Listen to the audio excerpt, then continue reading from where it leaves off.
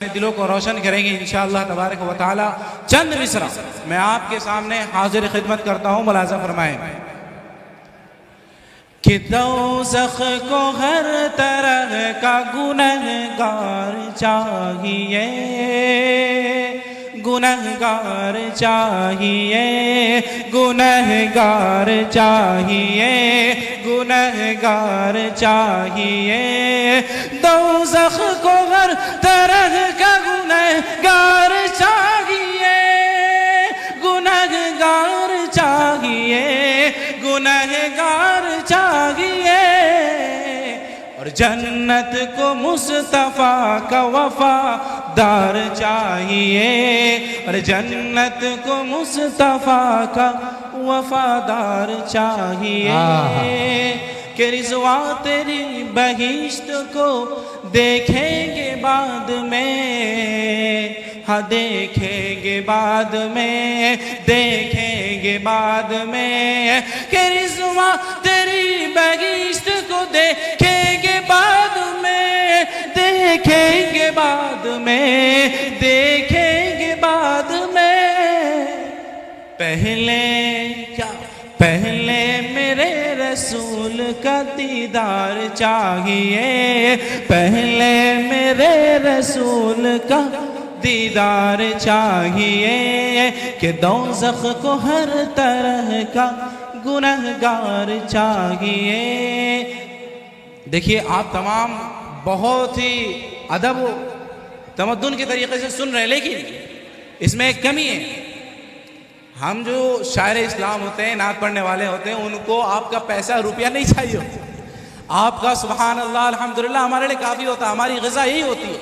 تو آپ تمام حضرات سے گزارش ہے کہ آپ جس نبی علیہ السلام کے لیے نعت سن رہے ہیں، آپ جس رسول اللہ صلی اللہ علیہ وسلم کی شان سن رہے ہیں، ان کے بارے میں آتا ہے کہ ان کے صدقے میں دنیا کو بنایا گیا۔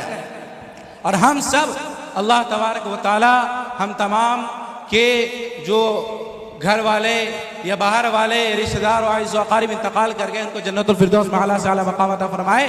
ہم اس نبی کے امتی ہیں کہ جس کے بارے میں شاعر کہتا ہے کہ جمال گنبد خضرا کہاں سے لاؤ گے، جمال گنبد خضرا کہاں سے لاؤ گے، جمال گنبد خضرا کہاں سے لاؤ گے، جمال گنبد خضرا کہاں سے لاؤ گے۔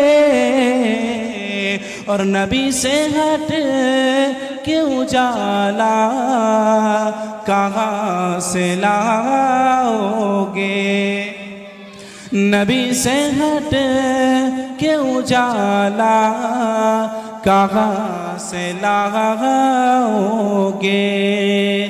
کہ ہزار بار پکارو اذان دنیا میں، اللہ اکبر، کہ ہزاروں بار پکارو اذان دنیا میں، ہزاروں بار پکارو اذان دنیا میں۔